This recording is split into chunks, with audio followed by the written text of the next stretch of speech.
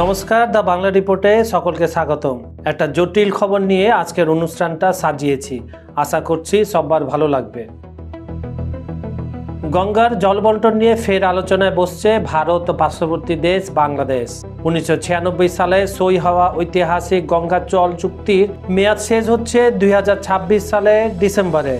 হাতে আর মাত্র কয়েক মাস, যেটা আগেই বললাম, মাত্র 3টা মাস। তার আগে দিল্লিতে মুখোমুখি দুই দেশের যৌথ নদী কমিশনের সদস্যরা। বাংলাদেশের প্রতিনিধি দল হবে 10 জনের, নেতৃত্ব দেবেন আবুল হোসেন। তিনি স্পষ্ট জানিয়ে দিয়েছেন, এই বৈঠকে নিয়ম মাফিক আলোচনাই হবে। কে কত জল পাচ্ছে তা নিয়ে খতিয়ে দেখা হবে। মূলত জানুয়ারি থেকে মে মাস পর্যন্ত ফারাক্কা ব্যারেজে বাংলাদেশের প্রতিনিধি উপস্থিত থাকেন। তারা সে সময় প্রায় প্রতিদিনই গঙ্গার জল কিউসেক, কত পরিমাণ কিউসেক হয়েছে তা লিপিবদ্ধ করে থাকেন। সে সময় জলের প্রবাহ, ছাড় ও ব্যবহার নিয়ে খতিয়ান তৈরি হয়। গড়ে 10 দিনের হিসাবে দেখা হয় গঙ্গার জল ভাগাভাগি ঠিকঠাক হচ্ছে কিনা, নাকি ভারত বেশি জল নিয়ে যাচ্ছে। 1996 সালে শেখ হাসিনার হাত ধরেই হয়েছিল এই গঙ্গা জল চুক্তি। সে সময় বলা হয়েছিল দুই দেশই এর সুফল পাবে। পরবর্তীকালে একাধিক বৈঠক হলেও চুক্তির শর্তাবলী নিয়ে তেমন টানাপোড়েন হয়নি। তবে এবার পরিস্থিতি একেবারে ভিন্ন, কারণ আপনারা সবাই জানেন চুক্তির মেয়াদ শেষ হতে আর বেশি দেরি নেই। ফলে নতুন করে নবীকরণের আলোচনায় এখন বৈঠকের মূল লক্ষ্য। শুধু গঙ্গা নয়, বৈঠকে তিস্তা নিয়েও আলোচনা হওয়ার সম্ভাবনা রয়েছে। কারণ সম্প্রতি তিস্তা প্রকল্পকে ঘিরে বাংলাদেশে শুরু হয়েছে নতুন করে দৌড়ঝাঁপ, যেখানে চীন একটা ব্যারেজ তৈরি করতে যাচ্ছে। এটাই মূলত আমাদের মাথা ব্যথা।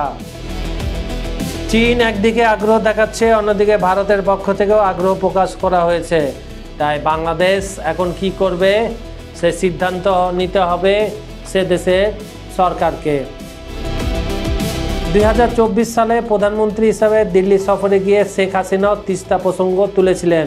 পরে ঢাকায় ফিরে তিনি জানিয়েছিলেন দুই দেশের প্রস্তাবই খতিয়ে দেখা হবে। কিন্তু তার কপাল খারাপ, তার কিছুদিন পরেই বদলে যায় বাংলাদেশের রাজনীতি। অভ্যুত্থানের মাধ্যমে হাসিনার পতন হয়। ক্ষমতায় আসেন ডক্টর মোহাম্মদ ইউনূস। তিনিও চলতি বছরের মার্চে প্রতিনিধি পাঠান দিল্লিতে। কূটনৈতিক মহলের মতে গঙ্গা জল চুক্তির নবীকরণ ও তিস্তা নিয়ে অবস্থান দুটোই আগামী দিনে ভারত বাংলাদেশের সম্পর্ককে গুরুত্বপূর্ণভাবে প্রভাব ফেলতে পারে।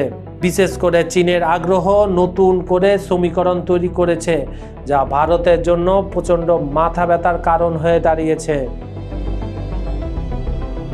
কলকাতার এক কূটনৈতিক বিশেষজ্ঞের ভাষায়, গঙ্গা শুধু নদী নয়, ভারত বাংলাদেশের সম্পর্কের এক গুরুত্বপূর্ণ সেতুবন্ধন। এই চুক্তি যদি সময় মতো নবীকরণ না হয়, তাহলে রাজনৈতিক ও অর্থনৈতিক উভয় ক্ষেত্রে এর প্রভাব পড়বে। গঙ্গার জল চুক্তির ঘড়ি চলছে। সামনের দিনগুলো তাই দিল্লি ঢাকা সম্পর্কের জন্য একেবারে তাৎপর্যপূর্ণ।